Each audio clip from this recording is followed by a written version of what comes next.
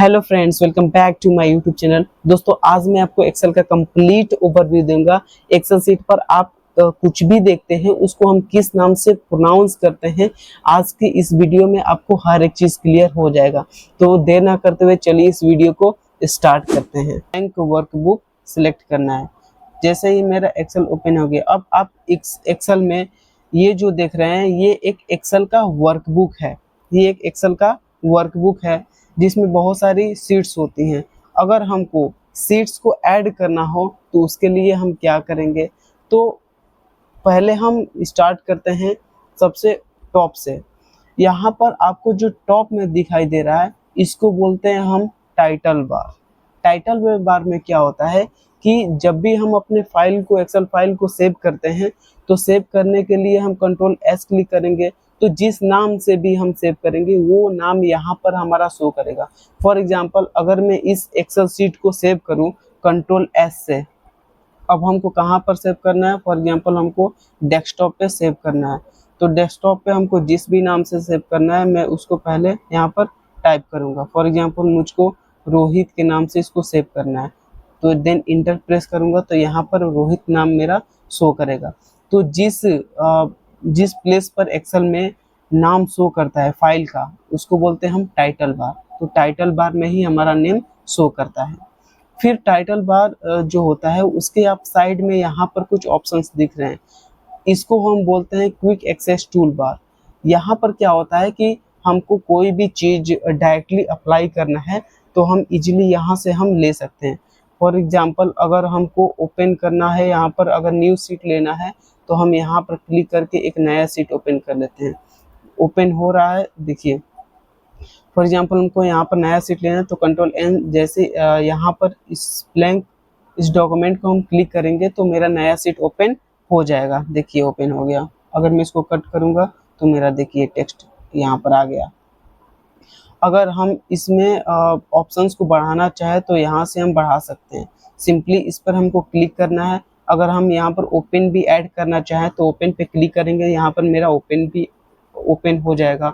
अगर मैं यहाँ पर जो सेव है, यहाँ पर अगर इसको मुझे हटाना है तो इस पर सिंपली क्लिक करूँगा, ये मेरा सेव इसमें से हट जाएगा। अगर मुझको अंडो है, इसको अगर हटाना है तो इस पर मैं क्लिक करूँगा तो ये हट जाएगा। ठीक, अगर मुझको ऐड करना है तो क्लिक करूँगा तो ये ऐड हो जाएगा। मतलब क्विक एक्सेस टूल बार में हम ऑप्शंस को यहाँ पर ला सकते हैं और उसी के थ्रू हम यहाँ पर ऑप्शन को हटा भी सकते हैं।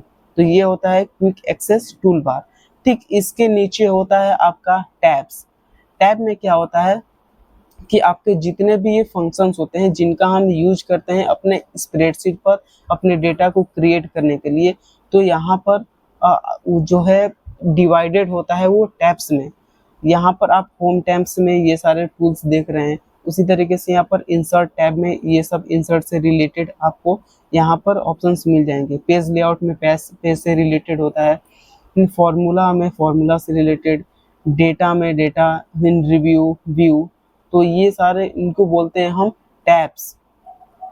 टैब्स के ठीक नीचे होता है हमारा रिबन।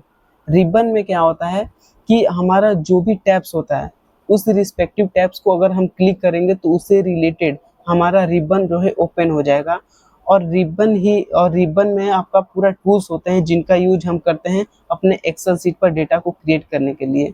फॉर एग्जांपल, अगर मेरा ये जो टेक्स्ट है इसको हमको बोल्ड करना है तो यहाँ पर मैं इस बोल्ड पे क्लिक करूँगा तो ये मेरा बोल्ड हो जाएगा। तो इसका मतलब कि रिबन में जो भी हमारा फंक्शन होता है उसका हम यूज करते हैं स्प्रेडशीट पे।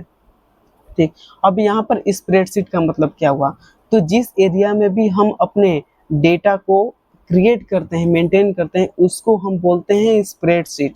इस एरिया, ये जो आप देख रहे हैं यहाँ से लेकर के यहाँ तक, केवल यही नहीं है, अगर हम इसको पूरा को सिलेक्ट कर लें कंट्रोल ए से तो इस एरिया को हम बोलते हैं क्या चीज़, स्प्रेडशीट। स्प्रेडशीट पर हम क्या करते हैं, अपने डेटा को मेंटेन करते हैं, रिकॉर्ड करते हैं, डेटा एंट्री वगैरह हम करते हैं स्प्रेडशीट पर। फिर यहाँ पर आपको एक छोटा सा बॉक्स दिख रहा है जिसको बोलते हैं हम नेम बॉक्स। यहाँ पर आपको नेम भी शो कर रहा हो, इसको बोलते हैं हम नेम बॉक्स। जिस भी सेल पर हम क्लिक करेंगे उसका यहाँ पर नेम आपको शो करेगा। फॉर एग्जांपल, जैसे यहाँ पर तो I13 है, यहाँ पर मैं क्लिक करता हूँ तो K7 है। अभी जो के है वो ये वाला इसका नेम है, और जो 7 है वो यहाँ पर आपको शो कर रहा है। तो इस तरीके से आप नेम बॉक्स को यहाँ पर आइडेंटिफाई कर सकते हैं। अगर आप चाहते हैं, फॉर एग्जांपल यहाँ पर मैं राकेश लिख लेता हूँ, राकेश। अब मैं चाहता हूँ कि ये जो राकेश वाला जो सेल है, ये जो है H13 ना लिख करके मैं इस सेल का कुछ दूसरा नेम लिख दूँ। तो उसके लिए मैं क्या करूँगा कि यहाँ पर मैं इसको चेंज कर लूँगा किसी और नाम से। फॉर एग्जांपल मैं यहाँ पर राकेश को फॉर एग्जांपल यहाँ पर मैं टीके से यहाँ पर सेव कर देता हूँ। फॉर एग्जांपल अगर मान लीजिए मैं इधर कहीं पर हूँ और मुझको जाना है राकेश वाले सेल में, तो मैं सिंपली इस नेम बॉक्स पे क्लिक करूँगा, देन मैं टीके पे जैसे क्लिक करूँगा मैं आ जाऊँगा सीधे राकेश वाले सेल पर। तो नेम बॉक्स का आप ऐसे यूज कर सकते हैं। तो इसको बोलते हैं हम नेम बॉक्स। नेम बॉक्स के राइट में आता है आपका फॉर्मूला बार। फॉर्मूला बार में हम एक्सेल सीट पर जो भी फॉर्मूला अप्लाई करते हैं वो हमारा फॉर्मूला बार में दिखता है। फॉर्मूला ही नहीं बल्कि हम जो भी टेक्स्ट लिखते हैं वो भी हमारा फॉर्मूला बार में शो करता है। जैसे यहाँ पर करेंटली मेरा सेल राकेश पर है, तो ये राकेश मेरा फॉर्मूला बार में दिख रहा है। अभी मैं यहाँ पर क्लिक करूँगा तो यहाँ पर भी मेरा फॉर्मूला बार में दिखेगा। तो फॉर्मूला बार ये होता है। फॉर एग्जांपल अगर मैं कोई फार्मूला यहाँ पर अप्लाई करता हूँ, फॉर एग्जांपल मुझको 45 में ऐड करना है 89 मुझको ऐड करना है, तो अगर मैं यहाँ पर फॉर्मूला कोई लगा देता हूँ इक्वल टू सम का फॉर्मूला, मुझको इसको ऐड करना है इससे प्लस इसको इससे ऐड करना है, इन ब्रैकेट बंद 134। अगर मैं यहाँ पर क्लिक करूँ तो मेरा यहाँ पर जो भी मैंने यहाँ पर फॉर्मूला लगाया है वो मेरा फॉर्मूला बॉक्स में शो करेगा। तो ये होता है आपका फॉर्मूला बार। फॉर्मूला बार के नीचे आपको ये जो भी आपको दिखाई दे रहे हैं इसको बोलते हैं हम कॉलम हेडिंग्स। कॉलम हेडिंग्स हमको रिप्रेजेंट करता है कि हम एक्सेल सीट में हम किस कॉलम पे वर्क कर रहे हैं। यहाँ पर अगर मैं इस सेल पे क्लिक करूँ तो इसका मतलब मैं एच वाले कॉलम पे वर्क कर रहा हूँ। अगर मैं यहाँ पर कोई डेटा एंट्री कर रहा हूँ, अगर यहाँ पर कुछ वर्क कर रहा हूँ तो इसका मतलब मैं ई वाले कॉलम पे वर्क कर रहा हूँ। अगर इस कॉलम को पूरा हमको सिलेक्ट करना है तो सिंपली यहाँ पर जो इस टाइप का एरो अगर बन जाएगा, अगर इस पे क्लिक करेंगे तो ये पूरा सिलेक्ट हो जाएगा। यहाँ पे अगर क्लिक करेंगे तो ये वाला सिलेक्ट हो जाएगा, इस पे क्लिक करेंगे तो ये वाला आपका सिलेक्ट हो जाएगा। तो इस वाले एरिया को बोलते हैं हम क्या चीज़, कॉलम। ठीक, उसके नीचे यहाँ पर आपको कुछ नंबर्स दिखाई दे रहे होंगे, इनको हम बोलते हैं रोज।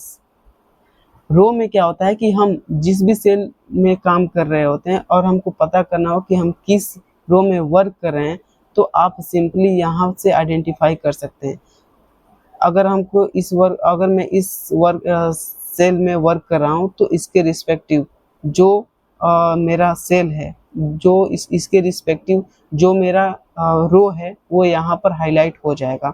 तो इससे हम पता कर सकते हैं। अगर मुझे रो को सिलेक्ट करना है तो उसके लिए मैं इस पे क्लिक करूँगा, जैसे ही ऐसा एरो बनेगा मैं इस पे क्लिक करूँगा, ये पूरा आपका सिलेक्ट हो जाएगा।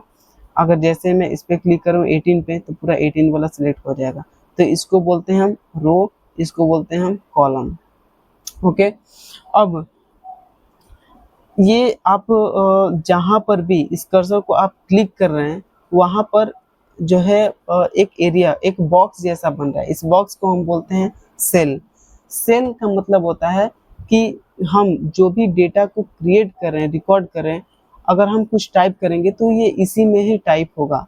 इसको बोलते हैं हम सेल। सेल में हम अपने डेटा को क्या करते हैं, करेंटली हम क्रिएट करते हैं, लिखते हैं, उसको बोलते हैं हम सेल। कुछ भी मैं यहाँ पर टाइप करूँगा ये यहीं पर होगा। फिर अब हमको नीचे जाना, डाउन जाना है तो इंटर से क्लिक करेंगे तो इंटर से डाउन होते हैं। अगर हमको अप जाना है तो अप एरो से ऊपर जा सकते हैं। अगर हमको राइट जाना है तो टैब से जा सकते हैं या फिर राइट एरो से भी जा सकते हैं।